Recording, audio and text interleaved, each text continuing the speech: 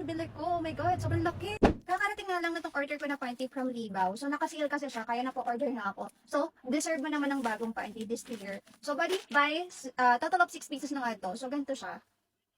So, ganito yung pinaka-underwear. Parang napalaki ata yung bili ko. Oh my God, sobrang laki.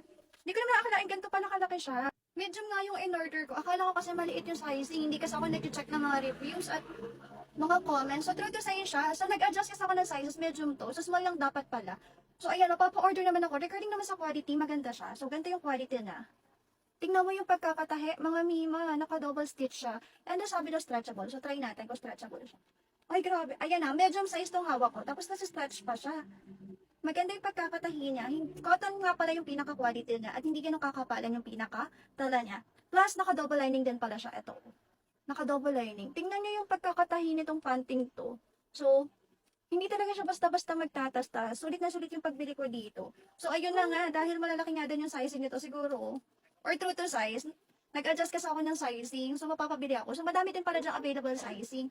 True to size nila ha. So, wag na kayong kumaya sa akin. Nag-adjust pa ng sizing tuloy. Mag-re-order pa ulit. So, anim na diba at ibang kulay na to. At kung naghahanap pa kayo ng mga panty dyan, so double check na. Maganda din yung quality nito.